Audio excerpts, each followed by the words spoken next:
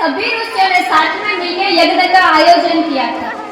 यज्ञ पूर्ण होने के बाद मिथिला राज्य के राजा स्वयं श्री राजा जनक ने अपने हाथ में हल लेकर खेत को जोतना शुरू किया। खेत को जोतते जोतते उसके हल का जो नुकीला भाग था वो किसी कठोर चीज से टकराया और टकराने के कारण उसे वहां एक सोने का कलश मिला। राजा जनक ने वो सोने के कलश में देखा तो एक सुंदर कन्या मिली। राजा जनक ने उस कन्या को अपनी पुत्री के स्वरूप में लिया। हल के जिस नुकीले भाग से टकरा कर में मिली थी उसे सीत कहा जाता है, इसीलिए मेरा नाम सीता रखा गया और लोग मुझे जानकी नाम से भी जानते हैं। जब मैं बड़ी हुई तब मेरे ब्याह के लिए मेरे पिताश्री राजा जनक ने अपने राज्य में स्वयंवर का आयोजन किया, जहाँ एक शिव धनुष था और उसको उठा के उसकी प्रत्यंचा चढ़ानी थी। वहाँ पे असुर, गंधर्व, राक्षस, पक्षी, नाग सब हाजिर थे, पर वे सब इस इंद्रधनुष शिव धनुष को उठाने में विफल रहे थे। भगवान श्री राम वहाँ आए और उन्होंने यह शिव धनुष उठाया और उसकी प्रत्यंचा भी चढ़ा दी और मेरा ब्याह राम जी के साथ धूमधाम से किया गया। राम जी के साथ ब्याह होने के बाद मैं उनके साथ अयोध्या आई। अयोध्या आने के बाद पता चला कि श्री राम जी की माता कैकेयी ने हमें 14 साल का वनवास दिया है। हम और श्री राम वनवास के लिए निकले, पर उसके छोटे भ्राता लक्ष्मण ने हमारी सुरक्षा के लिए साथ में चलने का कहा। श्री राम, सीता और लक्ष्मण तीनों वनवास के लिए गए।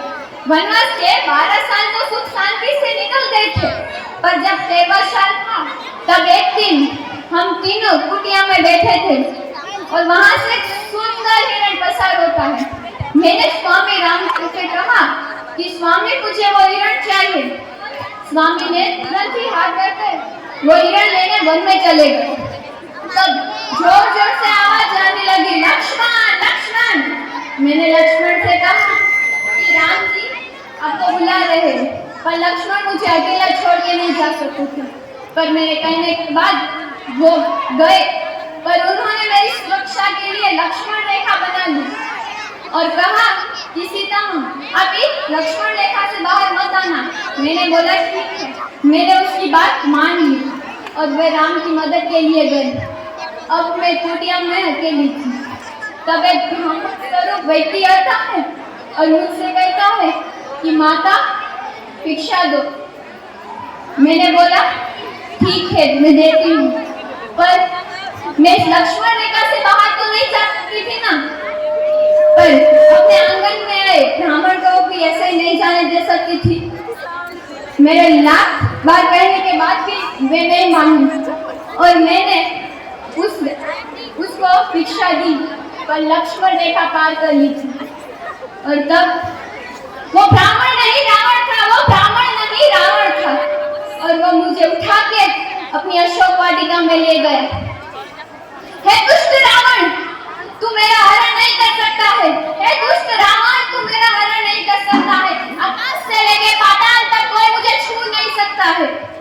तू मेरे स्वामी राम की शक्तियों को नहीं जानता है। वो यहाँ आएंगे और मुझे सम्मान के साथ लेके जाएंगे। रावण सम्मान के साथ लेके जाएंगे। गाड़ियों तो गाड़ो लेके जाएंगे रावण। अब बुराई के सामने अच्छाई की जीत होकर रहेगी और अंत में ऐसा ही हुआ। श्री राम जी वहाँ आए और मुझे सम्मान के साथ लेके गए, परंतु क्या हुआ, उन्होंने मेरे चरित्र पर संदेह किया।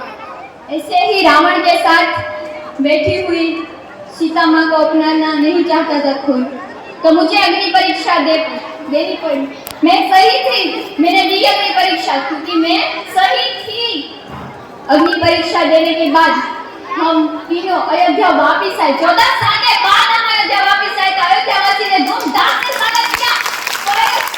अयोध्या के सभी लोगों ने श्री राम और लक्ष्मण का स्वागत किया था क्योंकि उन्होंने सीता माँ को अपनाने के लिए मना किया था।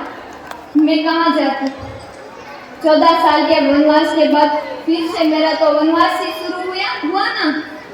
मैं वाल्मीकि ऋषि के साथ झोपड़ी में रही, वन में रही और वहाँ मैंने 2 बच्चों को जन्म दिया, लव और कुश।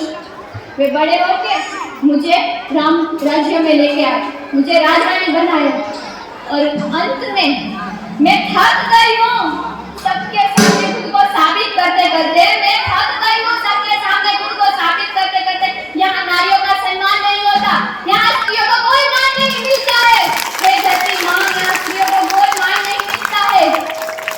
मैं अग्नि, वायु, जल, आकाश, पृथ्वी सबको साक्षी मानकर जिस वसुधा के कारण मेरा जन्म हुआ था, जिस पृथ्वी माँ से मेरा जन्म हुआ था, उसी पृथ्वी माँ में चली जाऊंगी। माँ, मुझे अपनी